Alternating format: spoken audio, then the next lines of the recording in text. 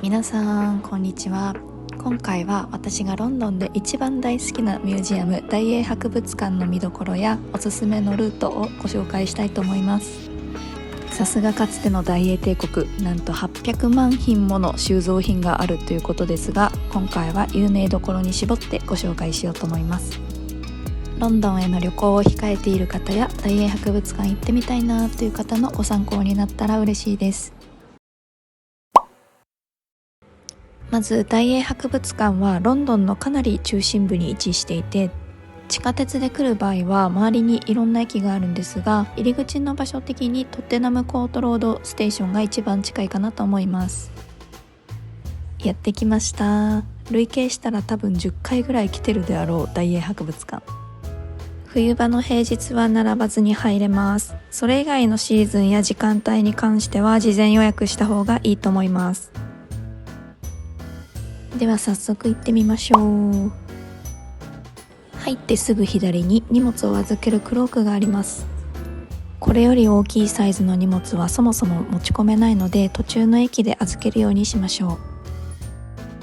そして入場は無料ですが、5ポンド程度の寄付が推奨されてます。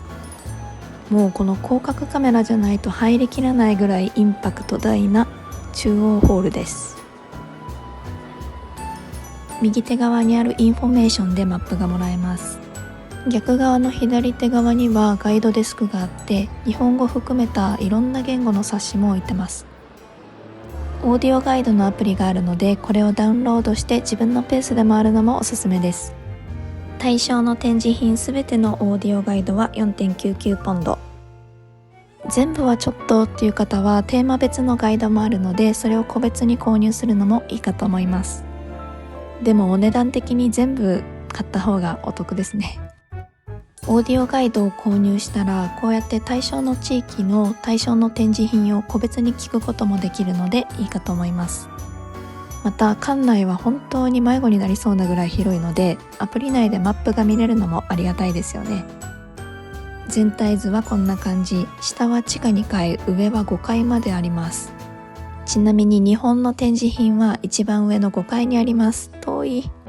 今回はサクッと0階、3階、マイナス2階を中心に回ります。0階は比較的大きめな彫刻や像が多いです。3階の一番の見どころはやっぱりエジプトのミイラかな。国のエリアで分かれてて、どれも雰囲気が違うので面白いです。そしてマイナス2階にはアフリカのダイナミックな展示があります。まず地上階で最初に目に入るであろうお土産ショップ。ロゼッタストーンの柄のスノードームとかノートとか、これフニフニして気持ちいい。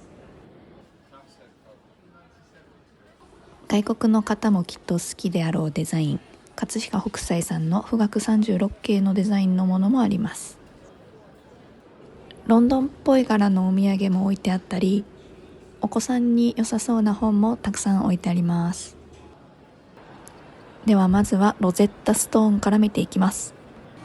大人気のロゼッタストーン。ロゼッタストーンは3つのパートに分かれていて、上からエジプト語のヒエログリフ、民衆文字、ギリシャ文字が書かれているそう。団体ツアーの勢いに負けてしまった。こんな感じで、このエリアは当時のエジプトのお墓や神殿から発掘された彫刻品などがたくさん展示されてます。この辺からギリシャローマエリア。この奥に見えるのが有名なネレイデスモニュメント。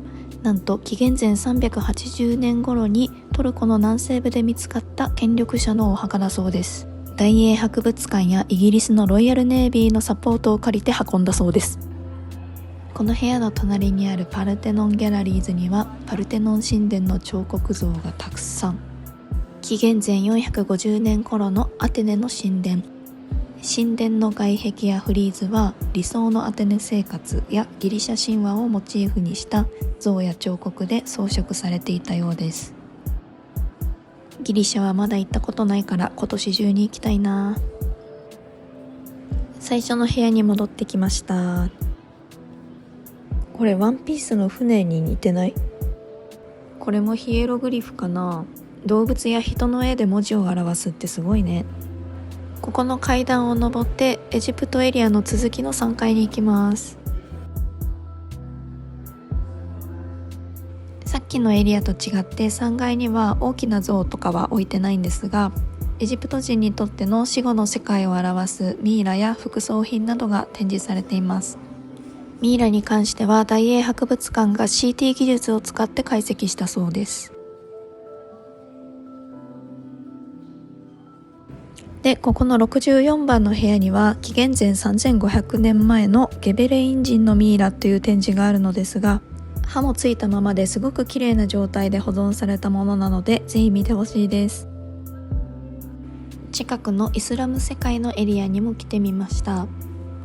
私が世界史専攻じゃなかったっていうのもあるんですが、他のエジプトやギリシャ、アフリカとかに比べるとイスラム世界ってどうもやっぱり馴染みがなくって、もっと勉強していろいろ知りたいなとロンドンに来てからより思っています。ヨーロッパエリアに来ました。これはルイス島のチェスゴマ、12世紀に作られたらしくて、セイウチの牙から作られているそうです。そういえばこの前行ったエジンバラのスコットランド博物館でも同じものがありました。3階はサクッと見終わったので、一旦0階に戻ります。この大きい階段も映えますね。この階段は入り口横につながってます。このメインホールの奥にはカフェもあって、アフタヌーンティーもできるそうです。マフィンとかケーキ系はだいたい3ポンドから5ポンドぐらいでした。飲み物とサンドイッチとヨーグルトを合わせて11ポンドとか、なんかいろいろセットのメニューもあるみたいです。席の数はそんなに多いわけではないけど、ちょっと休憩したい時には便利だと思います。さっきのカフェの横から入れるモアイ像のエリアに来ました。もともとイースター島にあったモアイ像をイギリス人が150年前くらいに持ち去って女王に献上したらしいです。モアイ像の奥にあるこの展示は、イギリスで一人の人が一生で処方される薬の量を表している展示です。今回はスキップさせてもらいますが、上の階には中国、韓国、日本の展示があります。下の階のアフリカエリアに行ってみようと思います。アフリカのエリアではいろんなテーマに沿って彼らの文化や伝統、アイデンティティを表現したようなアートが展示されています。こちらの展示はダイナミックなアフリカのクリエイティビティを象徴するものだそうです。人類学とか民族学に興味がある方には特に面白いかなと思います。個人的におすすめです。はい、という感じでいかがだったでしょうか。ちょっと終わり方が雑で申し訳ないんですけれども、大英博物館見どころたっぷりですので、ぜひぜひ行ってみてください。本当はロンドンのおすすめ博物館トップ3とかでやろうと思ったんだけど、これだけで1個の動画になっちゃいました。今回も最後まで見ていただきありがとうございました。コメントや高評価、チャンネル登録はとっても励みになりますので、どうぞよろしくお願いします。また次回の動画もお楽しみに。